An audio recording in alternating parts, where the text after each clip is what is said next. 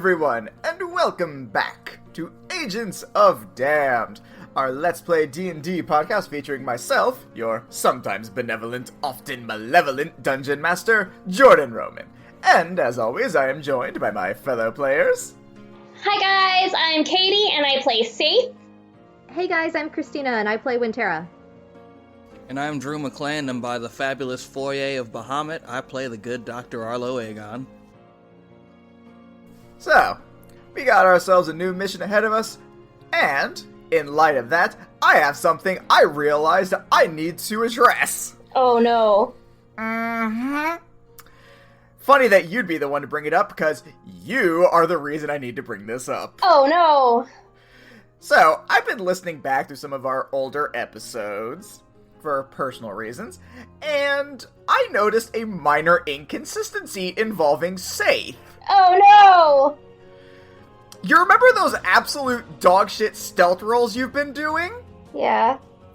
So, I think I first noticed this during the corpse flower fight, if you guys happen to remember that. When you rolled a stealth check, and I think you called like a 29 or something ridiculous. Believable based on where you were at, but all the same.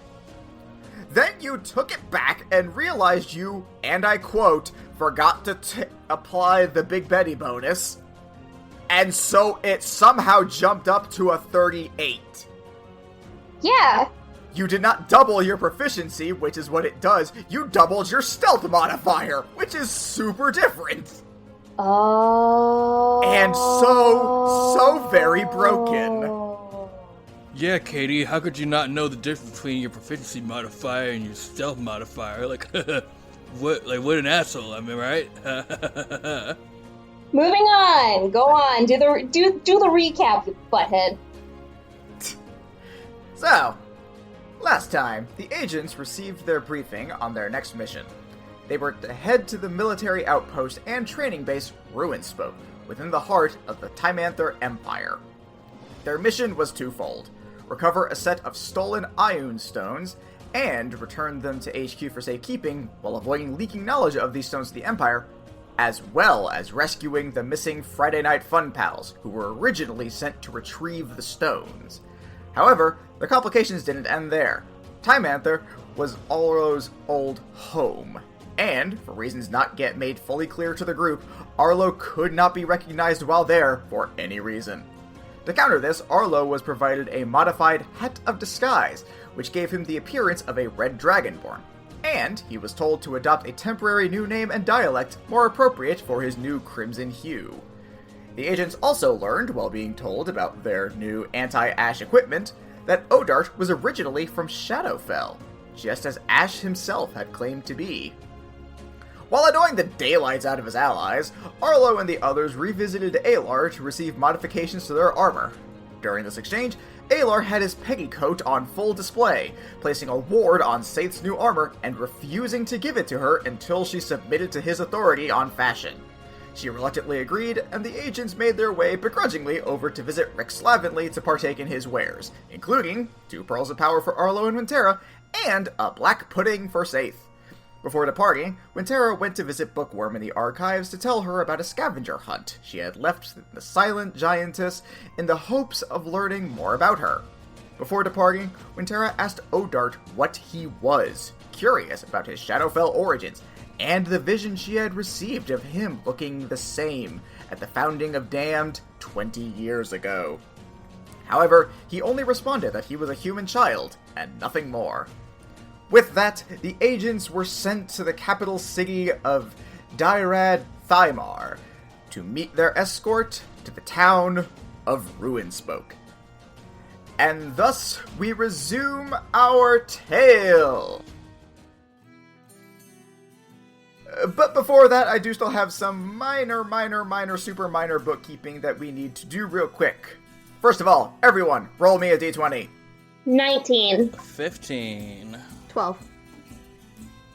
Cool. Okay, now, second thing of note, I forgot to address last time, you are all level 7! Yay!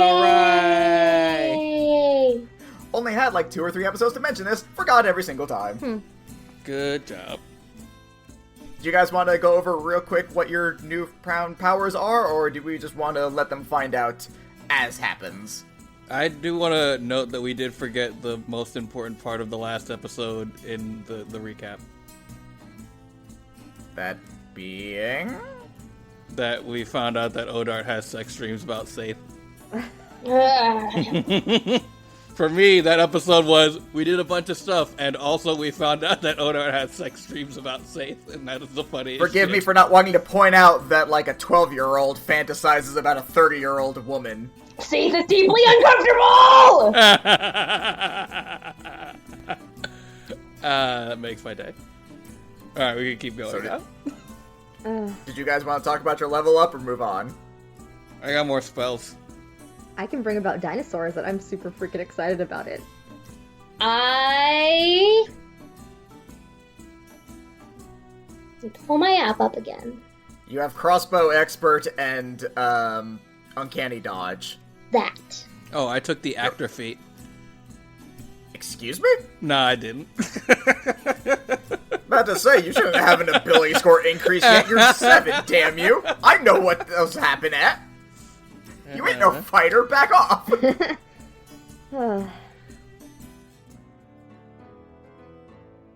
As the flash of light dissipates from the teleportation circle you guys were originally on, you find yourselves in a sprawling kingdom.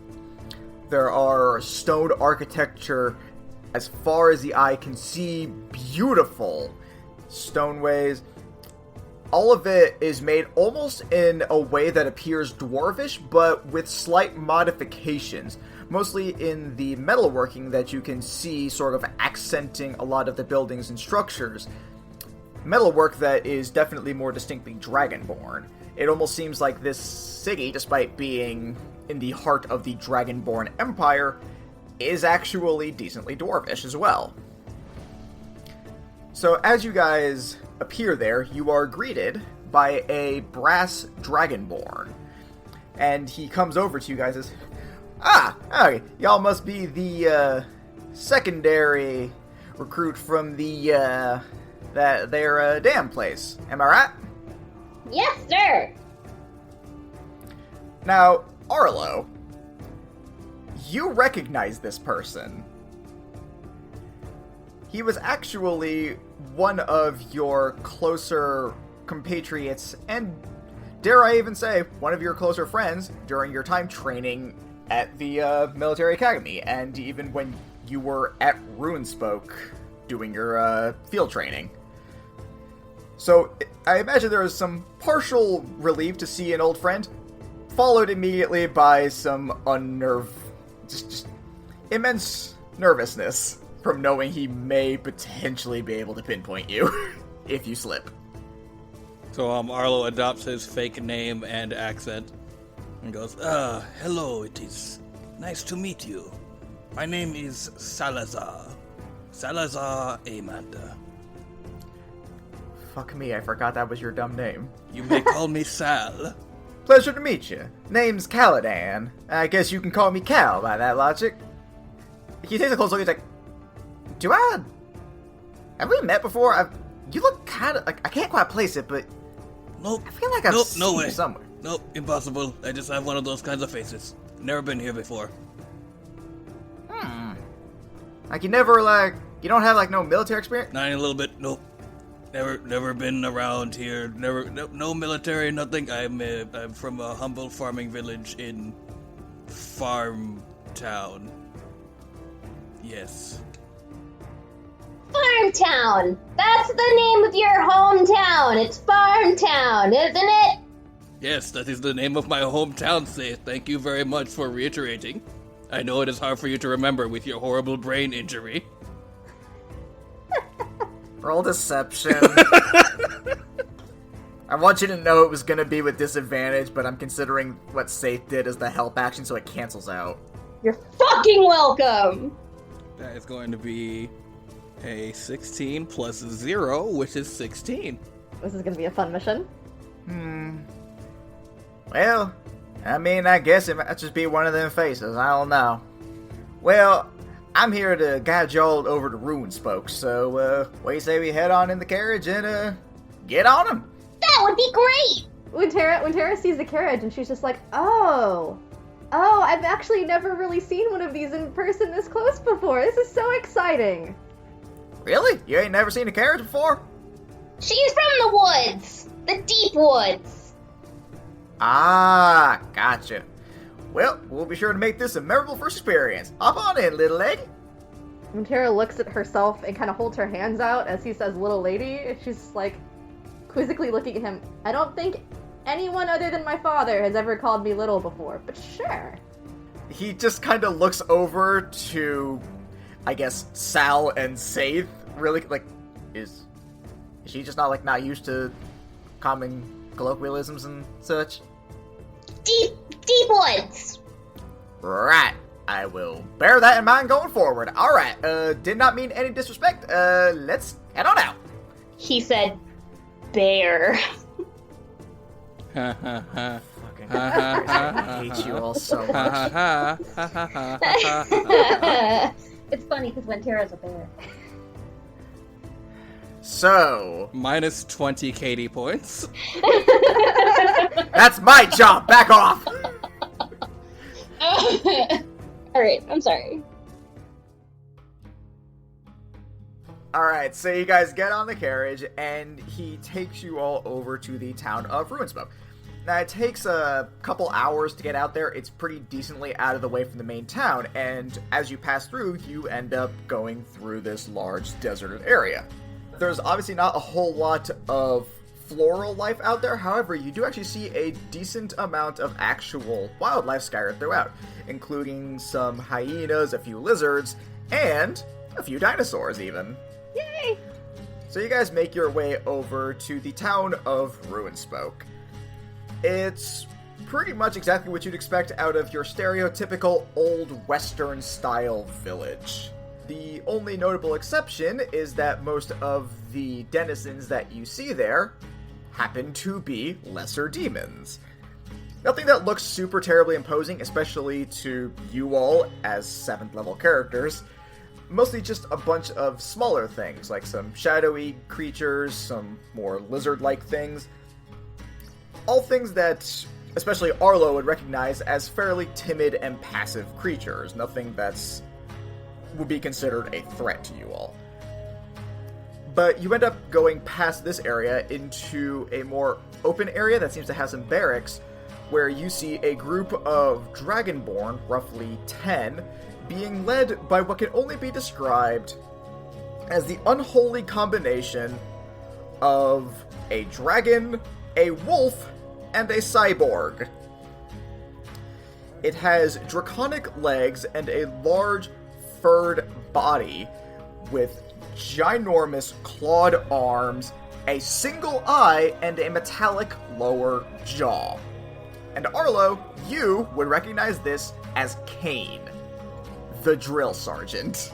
It is almost visible that a chill runs down Arlo's spine. So you all exit the carriage, and Caladan brings you all over. Like, report for duty, Mr. Kane. I brought the new operatives from Damned in order to help rescue the prior ones, as requested. And Kane turns around. This dude is fucking massive, by the way, in case I forgot to mention that. Roughly 9-10 feet tall, somewhere around there. Yikes. He's a big boy. Yeah, Arlo as Salazar is like doing his best to discreetly stand behind Cal. So Kane turns over to you all, and so you are the new ones being sent to save the weak runts from before. Is that right? Yes, they are small. Yes. Agreed. I like this one. Faith salutes and is just like, sir, yes, sir!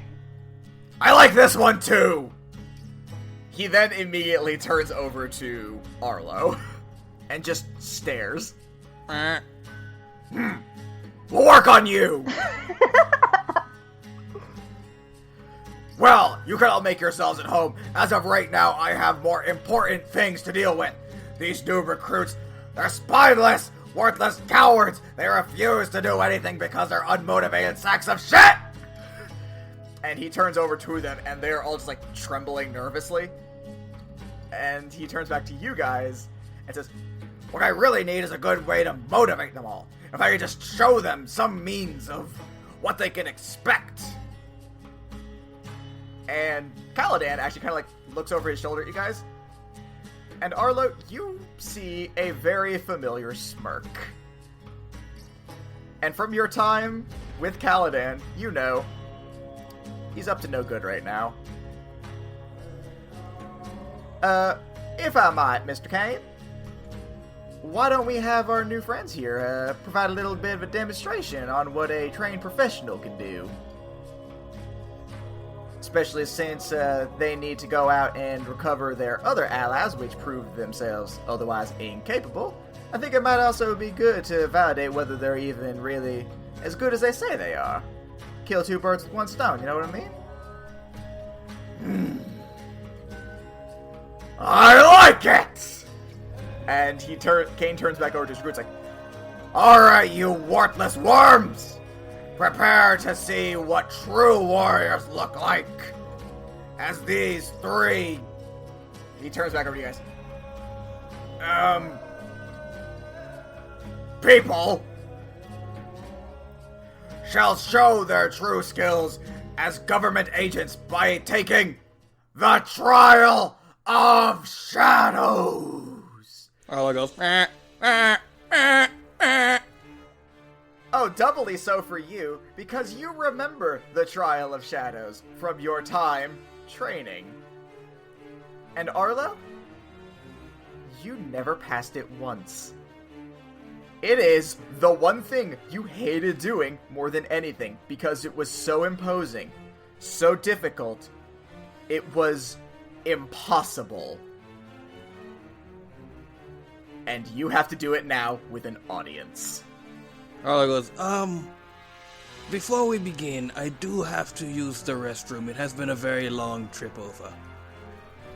Don't worry, you'll be pissing yourself before you know it. Time to begin! Damn it. So, Kane slams his hand down on the ground, and you see from his fingertips 3 shadows bolt out towards you all and shoot out from the ground, roughly your own respective heights. They begin to take shape, and you realize they form silhouettes of the 3 of you. Where eyes would be, white circles flash open, followed by jagged, toothy grins of pure white amidst the inky blackness that they are. I hate it.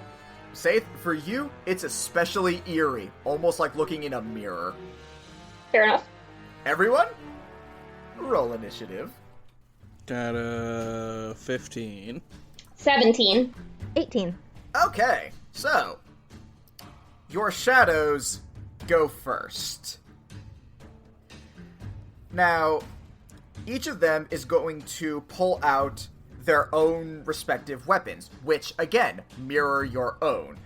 So, the Arlo Shadow pulls out a Warhammer, the Terra Shadow pulls out a Scimitar, and the Saith Shadow actually pulls out the Short Sword. And they all charge at you. First one's going to be against Arlo, and that's gonna miss. Next is the Wintera one. That is faux show gonna hit. You take 10 psychic damage. Oh, okay. Finally, the Saith one. Misses like a bitch. Get it. Terra, you're up. Okay, so Tara gets hit and she snarls at this thing, and she immediately is gonna shift into her bear form, and she continues like growling at it, and she is going to were there any rules explained to us, or was he basically just like fight them? Is that what he said? The implication was fight them. Okay. I never said it was a complicated trial.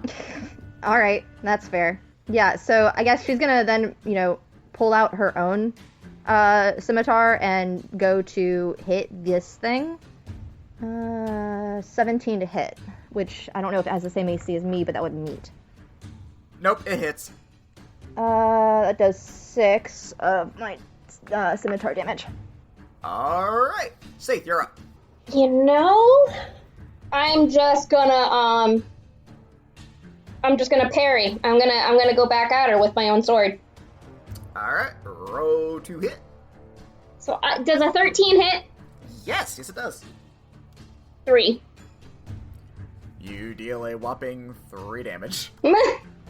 Arlo, you're up. Alright, I'm gonna clap my hands together and cast the spell Spirit Guardians. Okay. Which will, just flavor-wise, is gonna manifest around us as a bunch of, like, spectral, versions of the draconic, I guess, Dragonborn, music star Ronnie Flash, who is completely legally distinct in every way from Johnny Cash. Drew, you've made this joke already. No, actually, we haven't. We didn't get a chance to. Yes, you did! You did it during the fucking corpse flower fight. Nope. Okay. Just let him do it. And is playing his hit song "Spectral Riders Amongst the Clouds," which sounds absolutely nothing like Ghost Riders in the Sky. And I want all the shadows to make wisdom saving throws. What is the number to beat? The number to beat is 14. You get 2 of them. For simplicity's sake, I will, actually, roll me a d6. 5. Yours is the one that passed. Neat. It's gonna be 12 damage for the ones that did not pass, and half damage for the one that did. Hey, Drew. Want to know something fun? What? It's 24 damage for the ones that failed. Whoa. Because it's radiant These damage. things are weak as hell to radiant damage. Yikes. And that'll be my turn. As you end your turn, Drew, Arlo, roll me an insight check. It's pretty high. That's 17. You notice yours seem to resist it decently well, but the ones fighting Terra and Saith, they look rough. These things are nowhere near as powerful as you remember them being. And Arlo goes, Maybe it's like when you go back to your elementary school and everything seems smaller, because you are now bigger. Yeah, almost something like that. Alright, so these things are back up again. Let's see if they can do any better this time. Not gonna hit Arlo, gonna hit Terra, gonna hit Saith. So you both take 10 psychic damage. Okay. Ow. Terra, you're up. Did Tara notice that they looked sufficiently fucked when he hit them with that? Like the Oh, yeah, no, you noticed 24 points of radiant damage. Alright, cool. So then she, while still snarling, is going to decide that she's going to cast Moonbeam. So that's going to be on the one that she is still currently engaged in. It needs to make a Constitution saving throw. Wow, yeah, no, it eats shit. Ooh, that was a 10 and a 6, so 16. That would double to 32. This thing's on death's fucking door. It's barely able to hold its form anymore. That's exciting. Do you have anything else?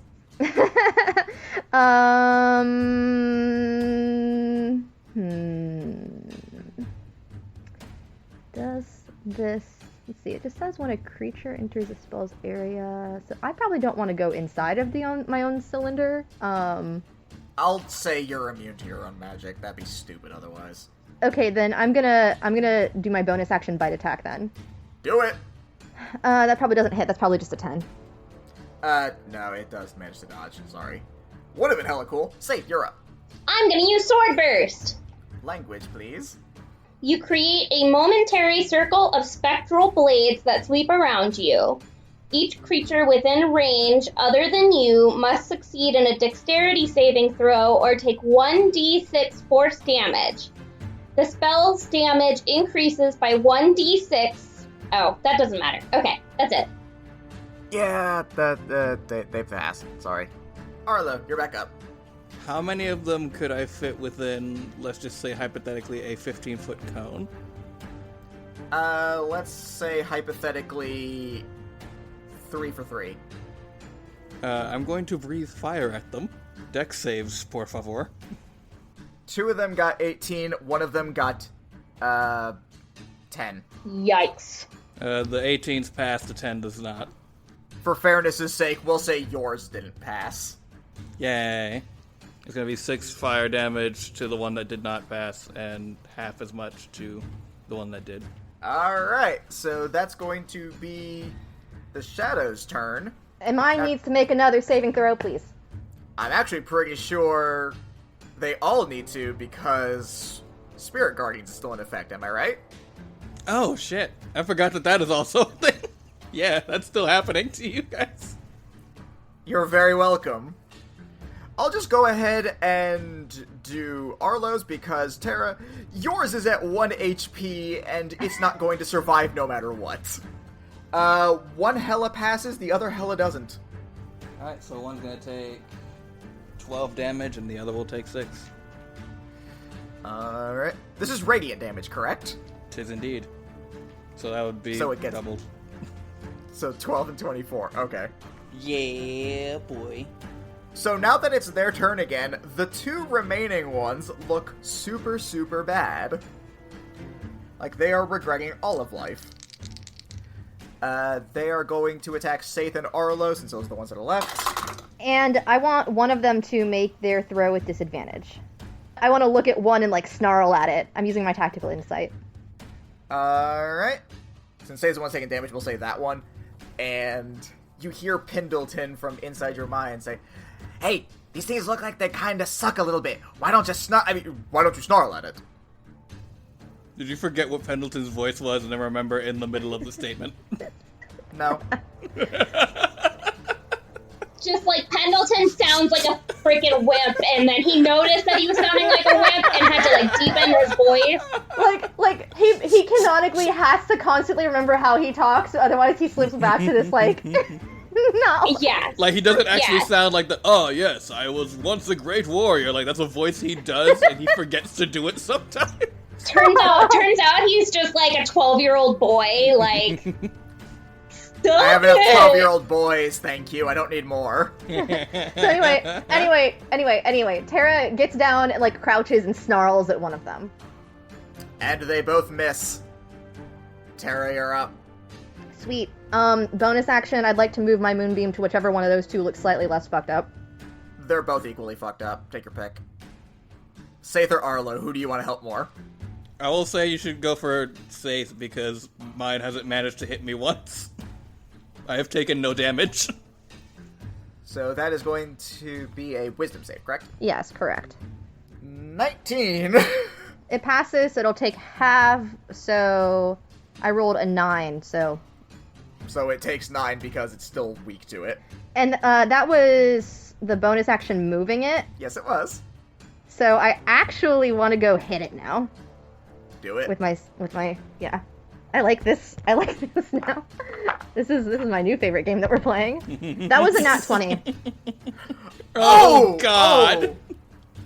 Do you want to roll the damage, or you want Christina to just describe how she fucks the shadow in the mouth? Yep. Tara, how do you fuck this shadow in the mouth? Alright, so Tara had moved the moonbeam over to this thing, right? And so she's on all fours, pretty much crouched and snarling. She's like put her scimitar in her mouth. And she like stands up and runs at it and like pulls the scimitar from her mouth and like slashes it in half. Tasty. And then immediately locks eyes on Arlo's in case it somehow survives this next round. We'll see. It has to be able to survive both Saith and Arlo, the former of which is now up. Yay.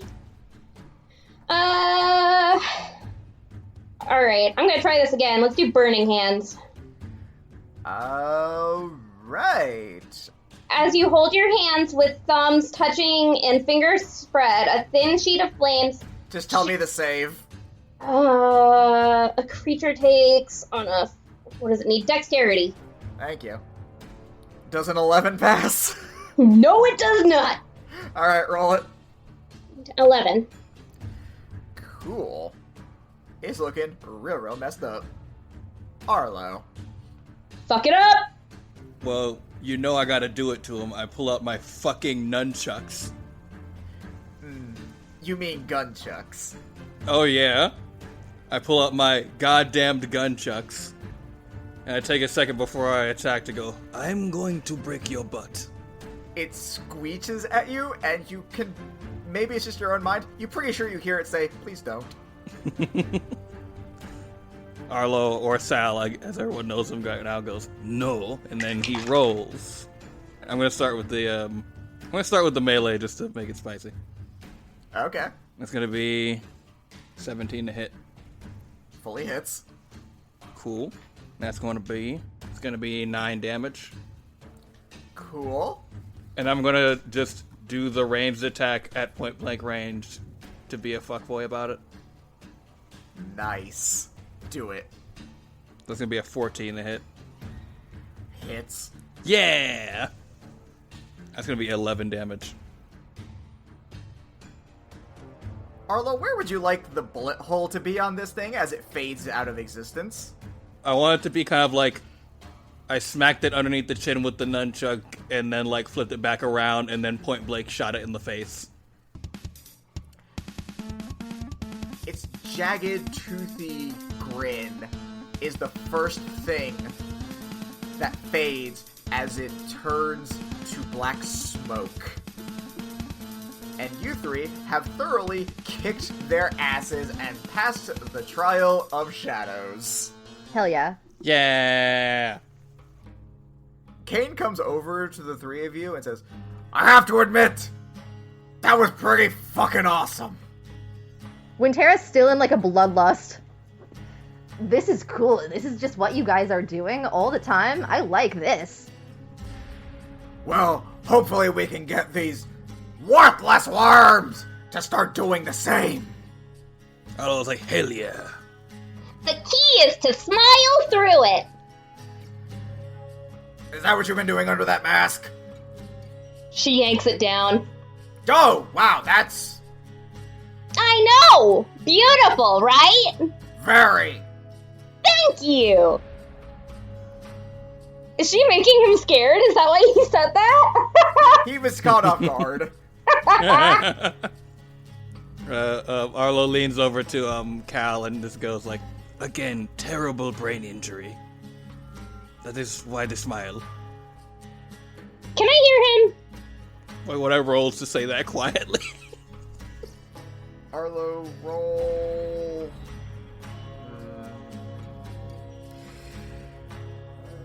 I keep leaning over to Dex, but this isn't like or stealth, but this isn't necessarily Dex based.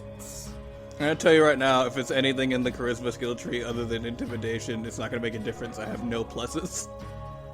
We'll say roll me an intelligence check to see if you can think to be quiet. Neat. I am a moderately smart boy. That does not matter, as that is an 11. Amidst having to remember your new name and keep up this accent that is super not your natural accent, you're a little louder than you meant to be. I'm gonna smack him on the back of the head with my tail. Oh! We let those things fly. She has these muscle spasms again from the terrible brain injury that she has sustained. I'm gonna smack him again before he finishes his sentence.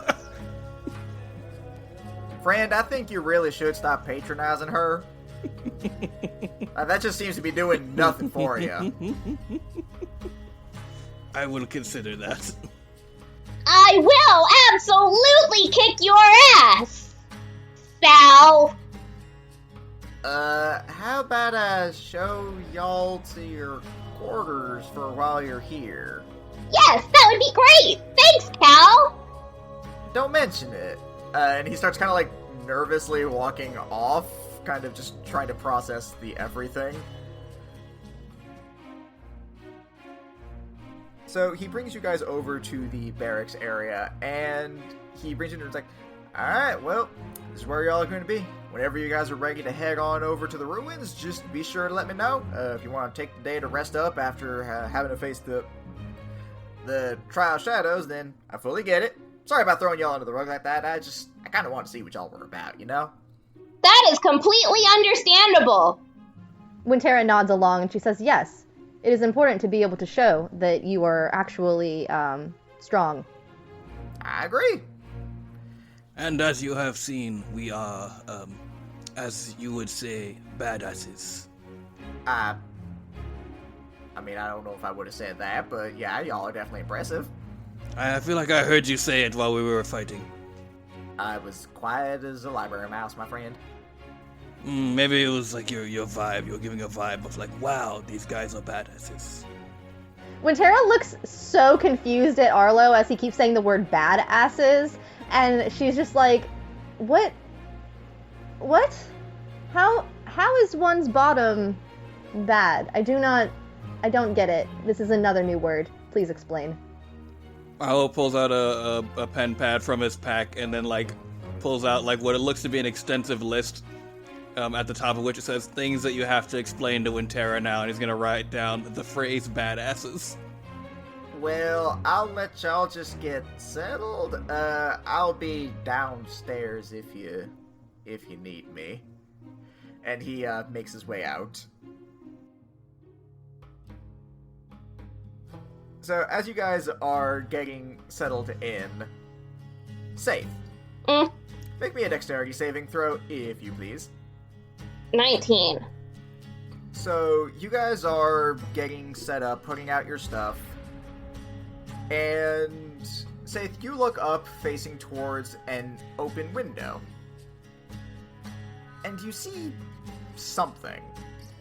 You can't quite make out what it is because it looks like it's pretty far away, but it also looks like it's getting closer. And then all of a sudden it is right in your face, literally on your face, as it smacks you and you fall to the ground. How did I fail with a 19? Because it was a DC 20. Oh, fuck. Alright, well, fair enough. That's how! There's higher numbers than 19! That's fair. Wintera and Arlo, you guys look over and you see stuck to Saith's face is a starfish. Yes! Holding a flyer.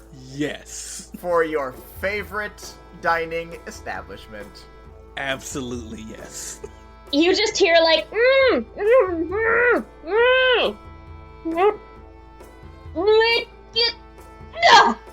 Why though? Safe. And I say this with sincerity. Why not? I mean, it wouldn't be the first starfish that was in my face. We're not gonna talk about that. I don't want any additional information on that. So, your options as of right now are head on over to the ruins, because it's still like, you could reasonably get there before nightfall. You can choose to just end your day now and then head over in the morning.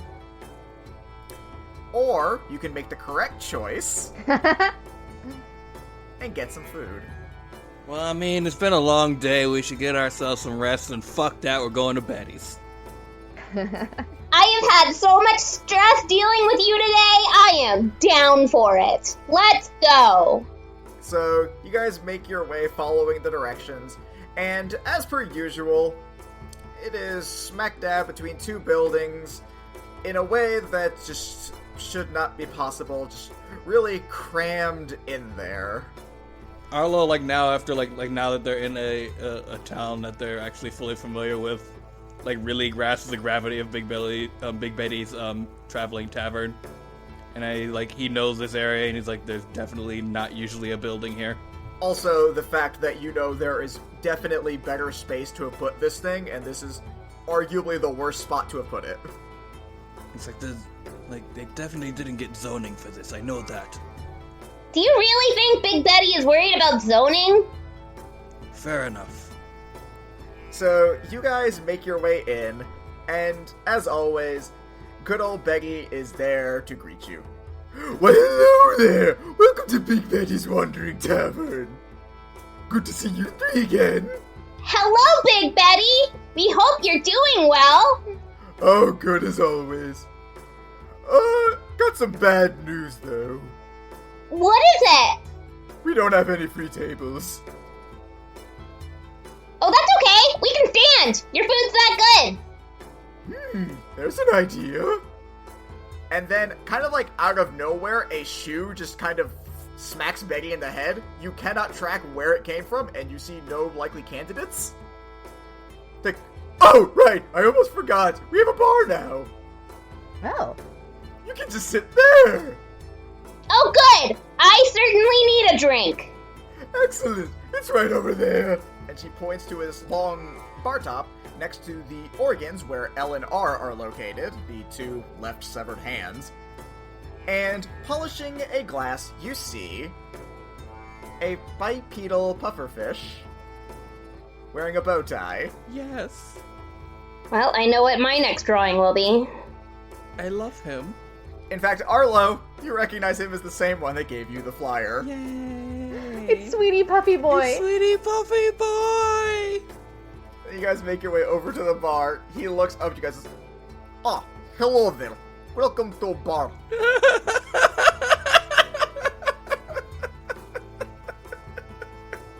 I'm Sweetie Puffy Boy. Me call me Spib. No. Hello, Spib! You are ready to order? May we see the menu again? Absolutely. In fact, we also have new drink menu. You may all now look in the drive where I have placed a drink menu. Oh my god, Jordan, I love it. I love it so much. So I assume Betty's backwash is what we've normally been receiving. Uh-huh. I don't like that. I don't like that. You fed us that. To be fair, you've only had it once. Betty's backwash. We put booze in a mug, and Betty, I think the waitress, not sure, spits in it. I will once again be sharing this on all our social medias because I love this so much. Yeah, you guys need to look down at Saving Grace, Dragonfire Brandy mixed with SPB's special stuff. Pairs well with the Sweetie What Puffy is bites. SPV special stuff, Jordan? Trade secret, cannot tell, lizard friend. Ooze babies! Oh, no. I have no idea what you're talking about, but that is disgusting. Oh no. So yes, these are your new 3 drink options. If I think of more, I'll add them, but it's kind of hard to think of things within this same vein. So for our audience at home, there is the aforementioned Beggy's Backwash, which is literally just alcohol and Beggy's phlegm, and that's what gives them the usual either advantage or disadvantage on saving throws. The 2 new ones are Death's Embrace, which if they fall unconscious, like they need to make death saving throws, depending on whether they pass or not, they'll either start with 2 successes or 2 fails. And then the Saving Grace, which if they manage to succeed, then anytime they need to do a saving throw for something like Fireball or Dragon's Breath, things like that, on a success they will take 0 damage. But if they fail to save for the drink, then when they fail those saving throws, they take double damage. You guys also notice, and this was not unintentional, the drink menu looks infinitely less professionally done than the food menu. Fair enough. You get the feeling Spib made this one. Sweet the Puffy Boy. Oh, Spib. It's probably really hard for him to do though, because he doesn't have any thingies. That's why the handwriting is so bad. He tries so hard to give us a good drink menu. I love him so much. So, what will you be having to drink? I'll have the Saving Grace, please. I would like to live dangerously. I shall have the Death's Embrace. Stupid boy, got it. I'll do the Saving Grace too. That sounds interesting. Only 2 saving grace and a death embrace for the stupid boy. Got it. And he jumps down behind the counter so you can't see him. And as you guys try sneak a peek, you hear behind you, "Are you ready to order food?" Yes, ma'am. I'm starving. Excellent. What will it be? I'll have the fish fingers, the spicy tuna surprise, Good. and the dark chocolate anchovies. Excellent! And you too? I shall just have the spicy Suna Turprise. You know, you remind me of someone else who had that, who also sounded dead inside saying it. Yes, I am a different guy who has not met that person, but mayhaps we are kindred spirits in this one matter. Makes sense to me. What about you?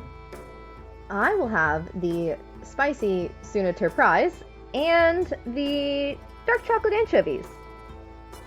Cool. I'll get that stuff right out.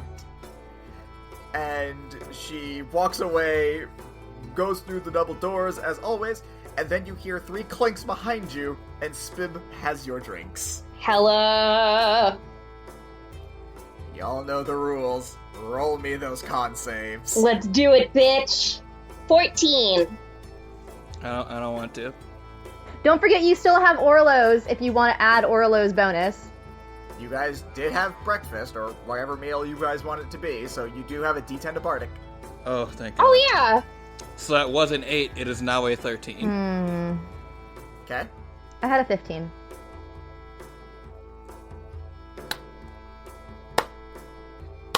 Oh, God. Oh, no. I finally got you fuckers to fail. Bitch. Except for Wintera, who passed. Oh shit! You get the additional bonus for having 0 damage when you succeed on a saving throw for an attack.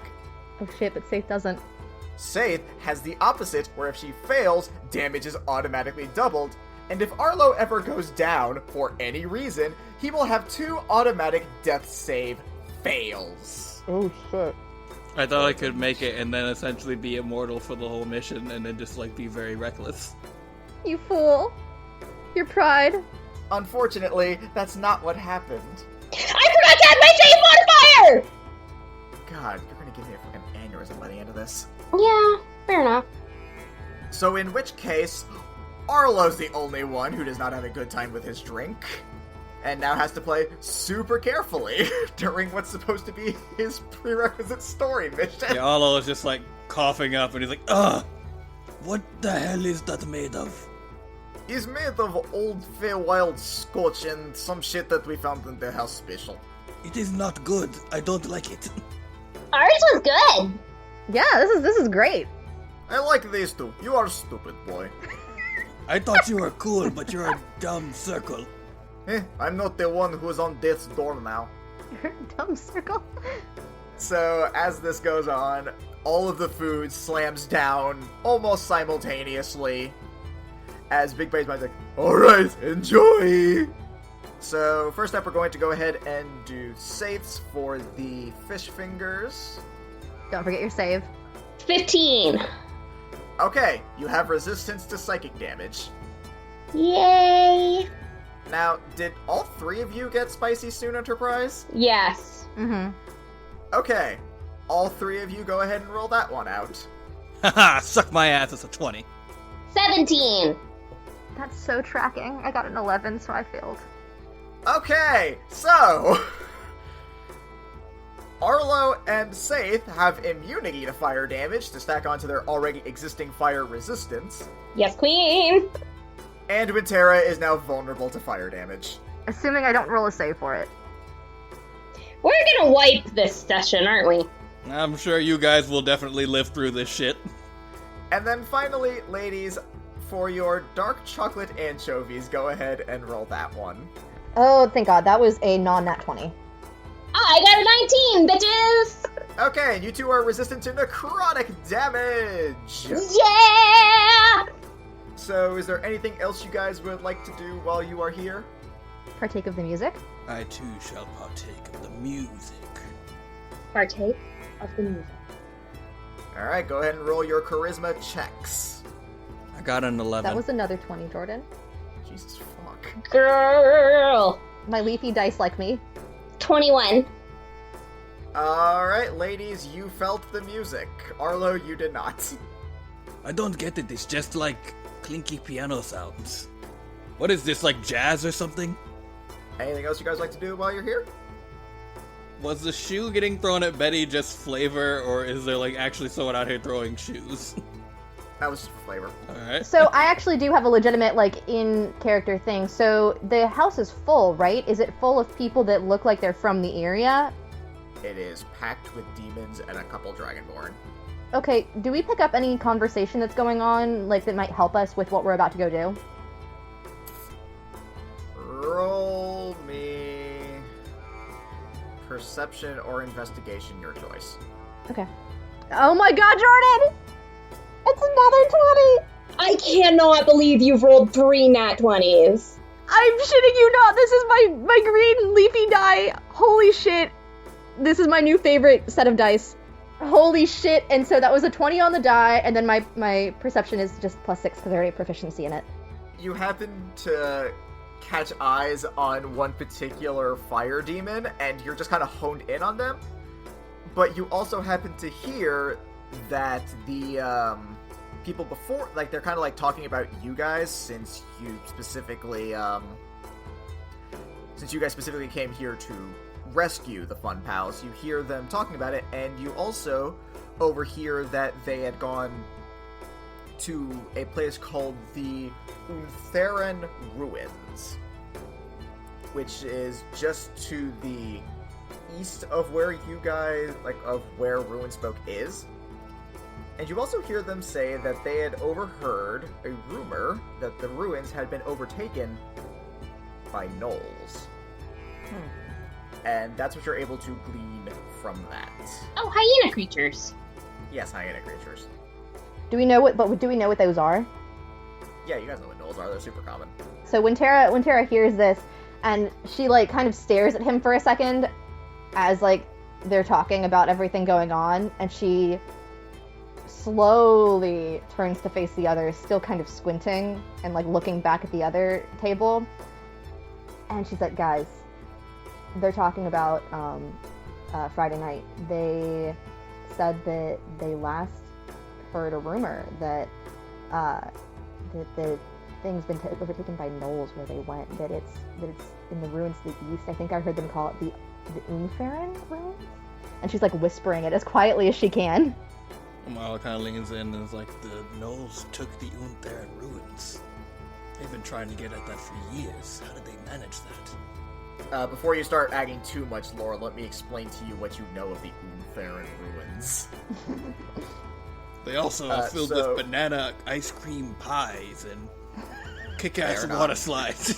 Super not.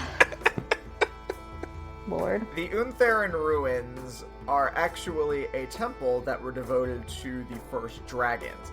It was originally created during the time of the First Giants' War, which was fought between the ancient dragons and the ancient giants known as Titans.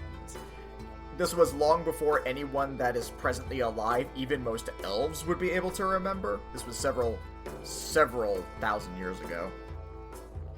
And so they've long been abandoned since then, and various desert creatures often tend to overtake it, but many followers of Bahamut, such as yourself, tend to revere it as somewhat of a holy place and have been trying to get a solid hold on the place, just because of all of the ancient artifacts inside and the obvious ties to the dragons of old.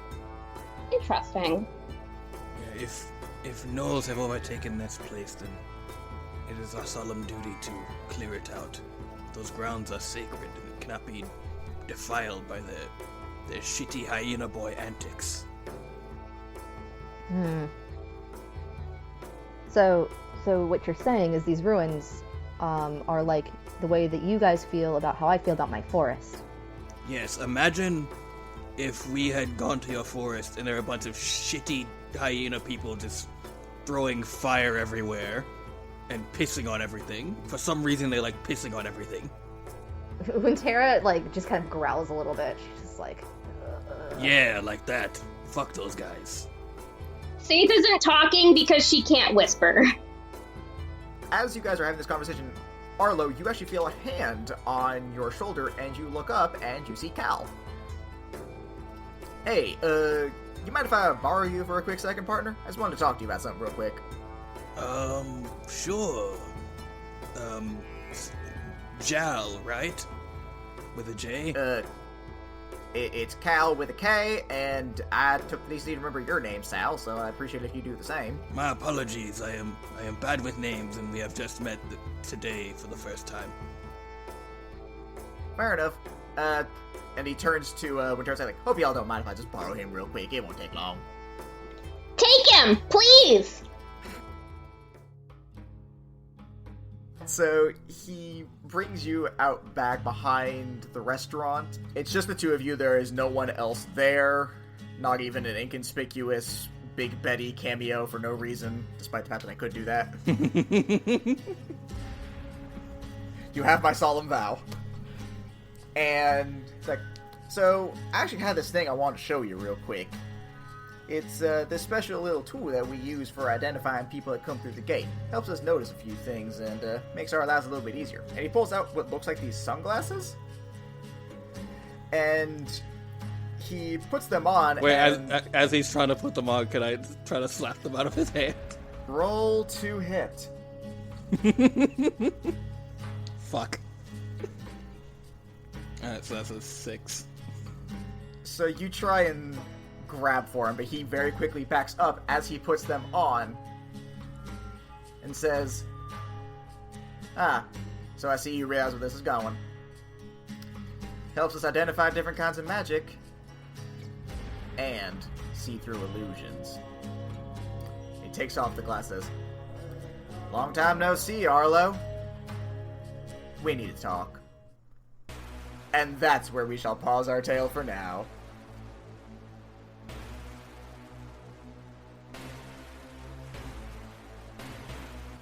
Hey guys, thank you all so much for listening. Be sure to listen to the end for a little blooper that didn't make it into the episode proper. We're adding those at the end of each episode as a little something to those who listen until the very end. But before that, we have some plugs and promotions.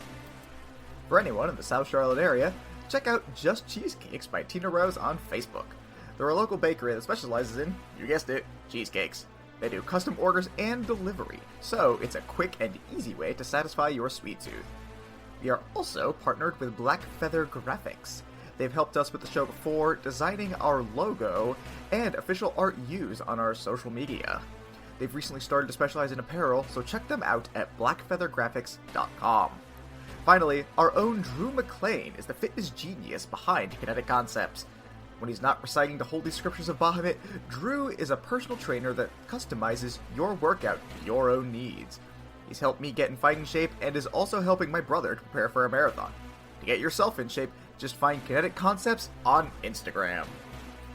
If you want to support the show, follow us on Facebook and Instagram at Agents of Damned, and on Twitter at Agents of D.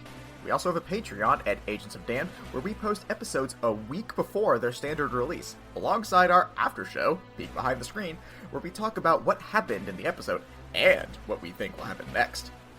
Finally, check out our website at agentsofdamned.wordpress.com, where you can get access to full transcriptions of every episode and learn a little bit about the show's creators.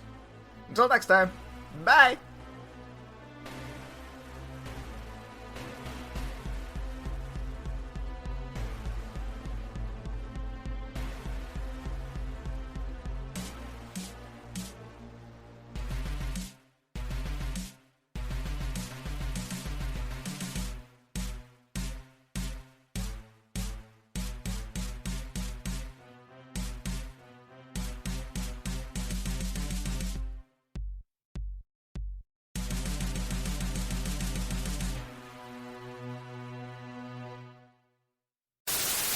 As you continue to make your way over, is there anything you guys would like to do while you are in the carriage, or are we just fast-forwarding to Ruinspoke? Are any of the dinosaurs close enough to the carriage that you could reach out and touch them? Absolutely not! Damn, That all sounds right. like a generally very bad idea. Yeah, Katie, do you know what a dinosaur is? Okay, but my favorite dinosaur is a brontosaurus, and they're just gentle giant babies. We don't have any proof that they were gentle in any way, shape, or form. Gentle giant babies! Okay, so ignoring prehistoric history as told by the land before time. So our new mission is to get after- some tree stars, right? God damn it. Also, Katie, if we encounter a brontosaurus, we need to run in the other direction because those things I can't even summon. Oh God. They are big boys. Also, I recognize that you're not yourself right now because you can't be. But keep going. Keep going and see what happens. Salamander. She did threaten to kill us the very, very first day we ever interacted with The very first day. Yes, I would but just keep that in mind. the longer that I know her, the more I think she's probably not gonna.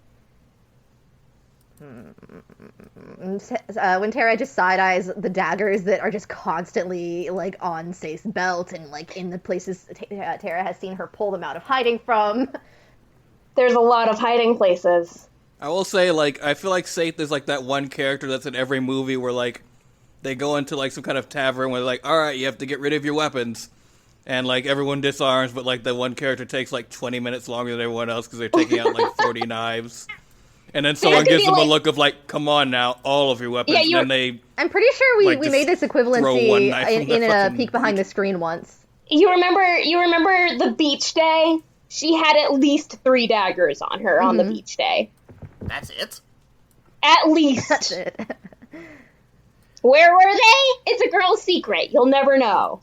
I'm getting weird Pokemon flashbacks to that one girl who implies that she hides. Where do I keep my Pokeballs? Nope. Woman's secret. No. I remember, like, coming upon that, and, like, the first time I was like a child, I think, and so I was like, this doesn't register in my brain, and I, like, replayed it later, and I was like, oh, okay, I see what, in the vagina, okay, alright.